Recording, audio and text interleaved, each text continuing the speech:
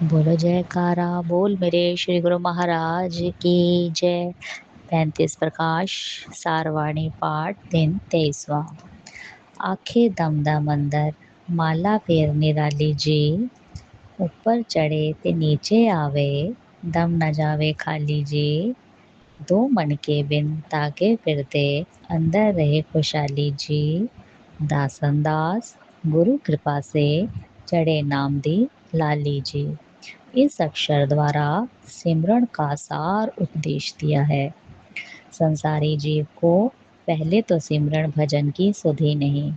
यदि कुछ विचार आ भी जावे तो अपने मन अनुसार अथवा सुना सुनाया कोई मंत्र जाप शुरू कर देता है, जिससे मन वश में नहीं आ सकता। जिसको यह मन सिमरन समझता है, वही सिमरन इसको अंधेरे में ले जाता है और वास्तविकता से बेमुख कर देता है।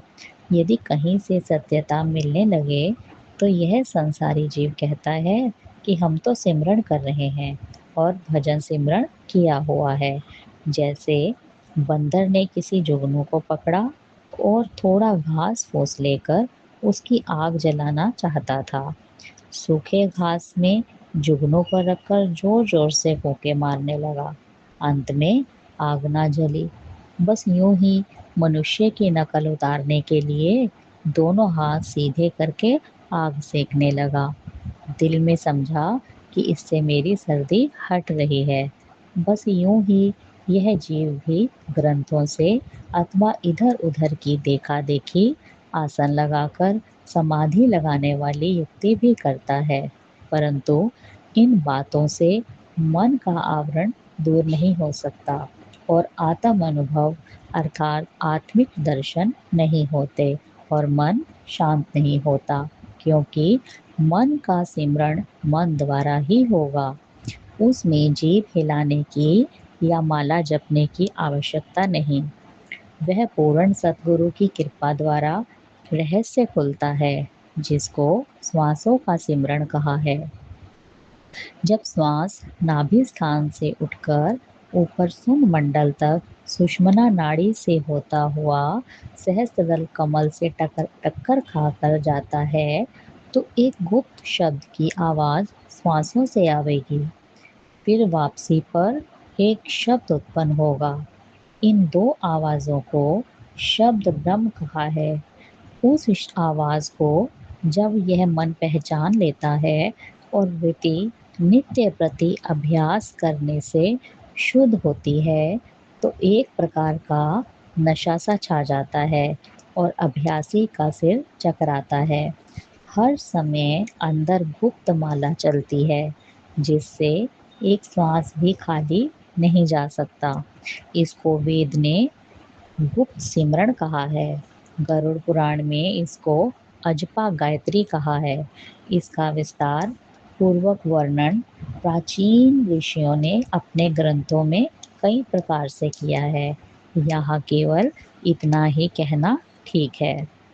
इन दो मनकों का दो श्वासों से उदाहरण दिया है। यदि गुरु कृपा द्वारा इसमें मन लग जावे और सहज सिमरन रहे, तो उस आनंद को फिर यह जीव अपने अंदर अनुभव करेगा। गूंगे की मिठाई के समान यदि किसी को कहे भी तो कहा नहीं जा सकता। यह पदवी पूर्ण गुरु की कृपा से प्राप्त होती है।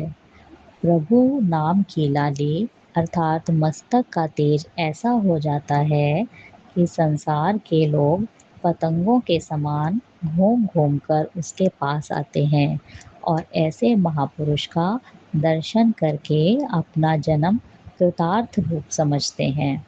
कबीर जी के वाक्य हैं, भक्ति करे पाताल में, प्रकट होए आकाश, कहे कबीर तिन लोक में, छुपे ना हर का दास।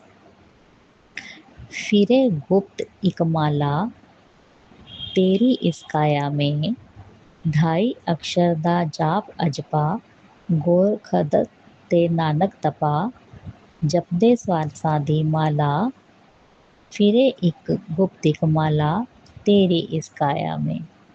बिन जीवा दे सिमरन होवे, कोटि जन्म दी मन जो होवे, साध संत दा चोला ते फिरे गुप्तिक माला तेरी इस काया में। प्राण अपान दो मन के जानो, सतगुरु से यह भेद पहचानो।